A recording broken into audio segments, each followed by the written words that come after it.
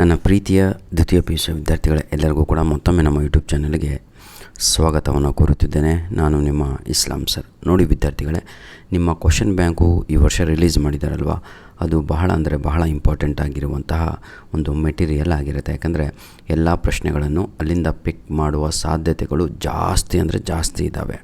ಬನ್ನಿ ವಿದ್ಯಾರ್ಥಿಗಳೇ, ಹಾಗಾಗಿ ಚಾಪ್ಟರ್ ವೈಸು 2 ಮಾರ್ಕ್ಸ್ ಕ್ವಶನ್ಸ್ಗಳು ಏನು ಆ ಒಂದು ಕ್ವಶನ್ ಬ್ಯಾಂಕಲ್ಲಿತ್ತಲ್ವ, ಅದನ್ನು ನಿಮಗೆ ಅಪ್ಲೋಡನ್ನು ಮಾಡಿಕೊಡ್ತಾ ಇದ್ದೇನೆ. ವಾಟರ್ ಅಂತ ಲಾಸ್ಟ್ ಚಾಪ್ಟರ್ ಇದೆ ನಮ್ಮ ದ್ವಿತೀಯ ಪಿ ಯು ಸಿಯ ವಿದ್ಯಾರ್ಥಿಗಳು, ಕಾಮರ್ಸು, ಸೈನ್ಸ್, ಆರ್ಟ್ಸ್ ಅವರಿಗಾಗಿ. Mention the 2 things that water knows in the poem ಅಂತ ಇದೆ. ವಾಟರಿಗೆ ಗೊತ್ತಿರುವ 2 ಥಿಂಗ್ಸ್ಗಳನ್ನು ಬರೀರಿ ಆ ಪದ್ಯದಲ್ಲಿ ಅಂತ. ಹಾಗಿದ್ರೆ ಅದಕ್ಕೇನು ಗೊತ್ತು ಅಂತ ಈಗ ಬರೀತಾ ನಾವು ಹೋಗೋಣ. ಮೊದಲನೆಯ point, generation of world strife between the villages and the wada ಅಂತ. ನಿಮ್ಮ ಮೊದಲನೆಯ ಸ್ಟಾನ್ಸಾ ಇದಲ್ವ ಪದ್ಯದ್ದು, ಅದೇ ಆನ್ಸರ್ ಅದಕ್ಕೆ ಆಗಿರುತ್ತೆ. ನೋಡಿ, generation of world strife between the village and the wada ಅನ್ನುವಂಥದ್ದು ಸರಿಯಾದ ಉತ್ತರ. Second point, difference of race ಅಂತ. ಜನಾಂಗೀಯತೆ ಬಗ್ಗೆ ಕೂಡ ಆ ನೀರಿಗೆ ಗೊತ್ತು ಅಂತ. Point 3, it knows the untouchability never disappear. ಆ ನೀರಿಗೆ ಗೊತ್ತು, ಏನಂತ ಗೊತ್ತು ಅಂದರೆ ಯಾವುದೇ ಕಾರಣಕ್ಕೂ ಈ ಪ್ರಪಂಚದ ಮೇಲಿಂದ ಈ ಅಸ್ಪೃಶ್ಯತೆ ಅನ್ನುವುದು ಹೋಗದೇ ಇಲ್ಲ ಕಣ್ರಿ ಅಂತ. ಇದು ಎಲ್ಲ ನೀರಿಗೆ ಗೊತ್ತಿರುವಂಥದ್ದು ಅಂತ. Clear my dear? ಯಾವುದಾದ್ರೂ 2 ಬರೀರಿ ಅಂತ ಇದೆ, 3 ಕೊಟ್ಟಿದ್ದೇನೆ, ಆಯಿತಾ? ಬನ್ನಿ ಈಗ ಕ್ವಶನ್ ನಂಬರ್ 2 ನೋಡೋಣ. Who must wait near the well all the day and why in the poem.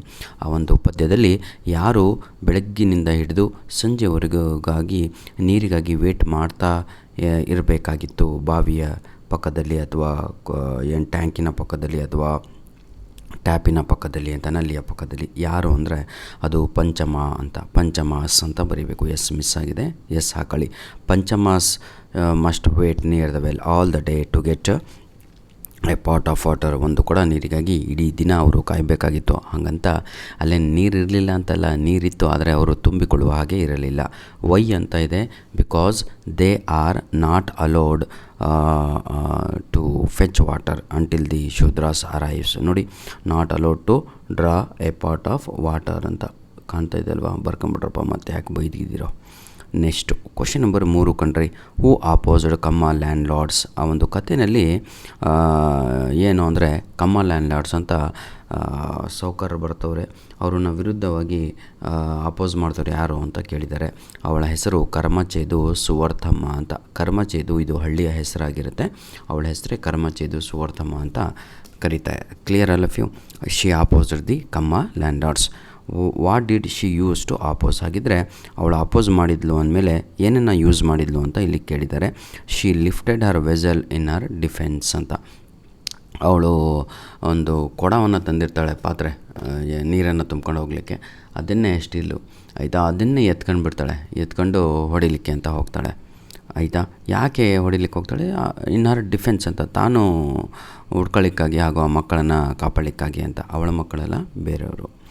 Clear my dear children? Very good. Question number 3 ಕಣ್ರಿ.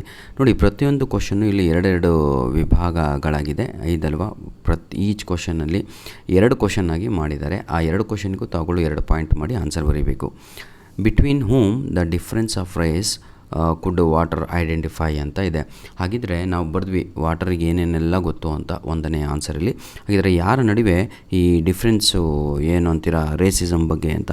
ಅದಕ್ಕೆ ಸರಿಯಾದ ಉತ್ತರ Samaria women and Jesus the Jew ಅಂತ. ಇಷ್ಟ ಬರೆದ್ರೆ ಮುಗೀತು. ನೋಡಿ, Samaria women and Jesus the Jew ಅಂತ ಬರೆದ್ರೆ ಸಾಕು, ನಿಮಗೆ ಸಂಪೂರ್ಣವಾಗಿ ಮಾರ್ಕ್ಸು ಸಿಗುತ್ತೆ. 2 ಮಾರ್ಕ್ಸು ಸರ್ ಇವೆಲ್ಲ.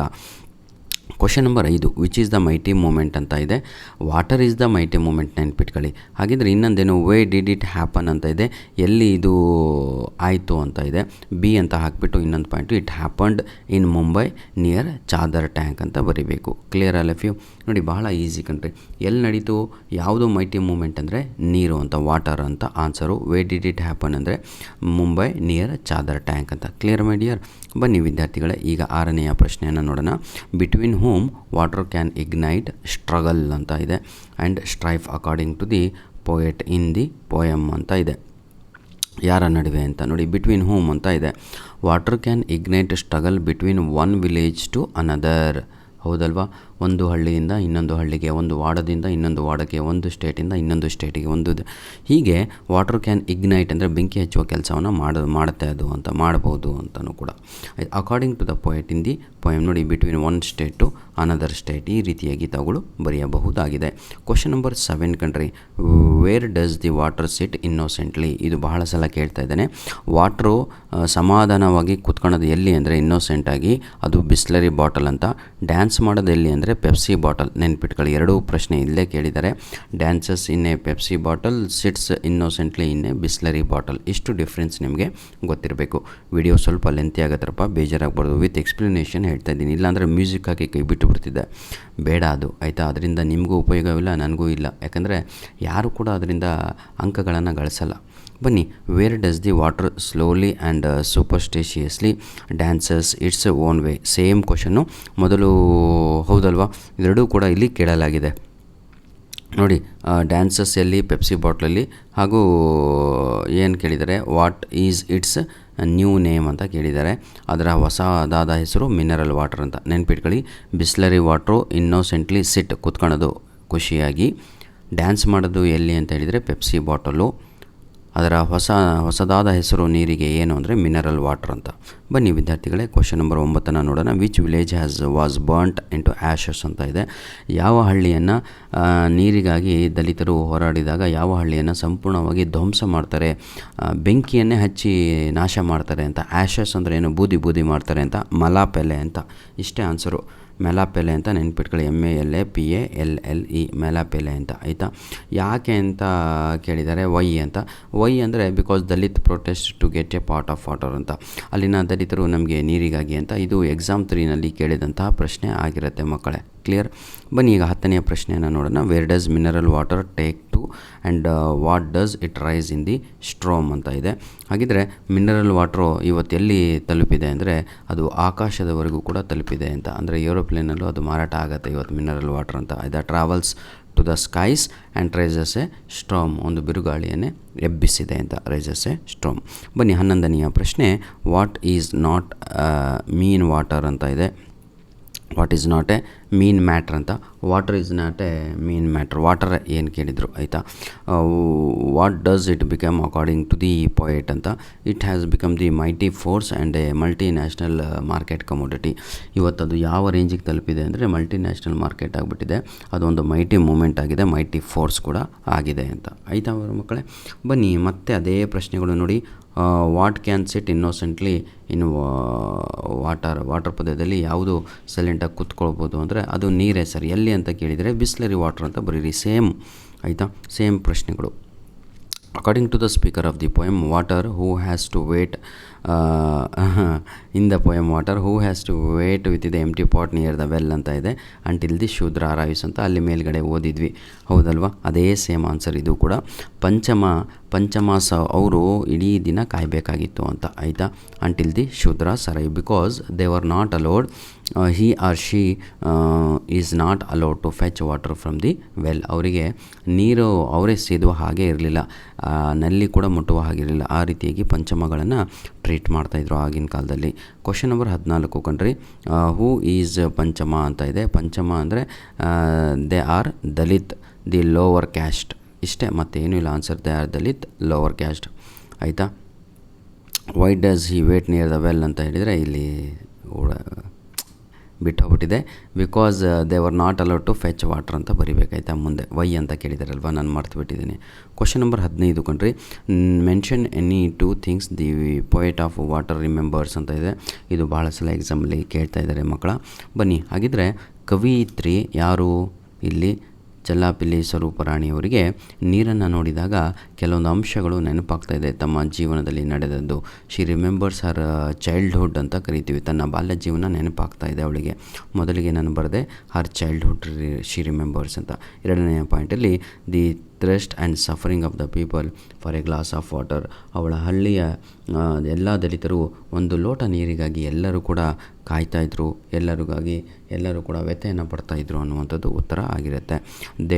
ಹಾಗೂ ನೀರನ್ನು ನೋಡಿದಾಗ ಅವಳಿಗೆ ಅನಿಸ್ತಾ ಇತ್ತು ಏನು ಅಂದರೆ how they used to welcome their weekly bath ಅಂತ. ವಾರಕ್ಕೊಮ್ಮೆ ಸ್ನಾನ ಮಾಡೋಕ್ಕೋಸ್ಕರ ಎಷ್ಟು ನಾವು ಕಾತರುತ್ತಾ ಇದ್ವಲ್ವಾ ಅಂತ ನೆನೆಸ್ಕೊತಾಳೆ. ಕ್ವಶನ್ ನಂಬರ್ 16 ಕಂಡ್ರಿ, what does the water do to the villages according to the poem ಅಂತ ಇದೆ. ಹಾಗಿದ್ರೆ ಈ ಒಂದು ಪದ್ಯವನ್ನು ಓದಿದಾಗ ನೀರು ಈ ಹಳ್ಳಿಗಳನ್ನು ಏನು ಮಾಡ್ಬೋದು, ಎರಡು ರೀತಿಯಾಗಿ ಕೆಲಸಗಳನ್ನು ಮಾಡ್ಬೋದು. ಒಂದು ಒಳ್ಳೆಯ ಕೆಲಸ, ಒಂದು ಕೆಟ್ಟ ಕೆಲಸ. ಏನು ಅಂತ ಹೇಳಿದರೆ ಹಳ್ಳಿಯ ನೋಡಿ, water can do with the villages ಅಂದರೆ ಅವರವರ ನಡುವೆ ಜಗಳವನ್ನು ಹಚ್ಚಿ ಕೈ ಬಿಡ್ಬೋದು. ಏನು, ವಾಟರ್ ಕ್ರಿಯೇಟ್ಸ್ ಕಾನ್ಫ್ಲಿಕ್ಟ್ ಅಂದರೆ ಫೈಟ್ ಅಂತಲೂ ಬರಿಬೋದು ಆಯಿತಾ, ಕಾನ್ಫ್ಲಿಕ್ಟ್ಸ್ ಬಿಟ್ವೀನ್ ವಿಲೇಜಸ್ ಅಂತ.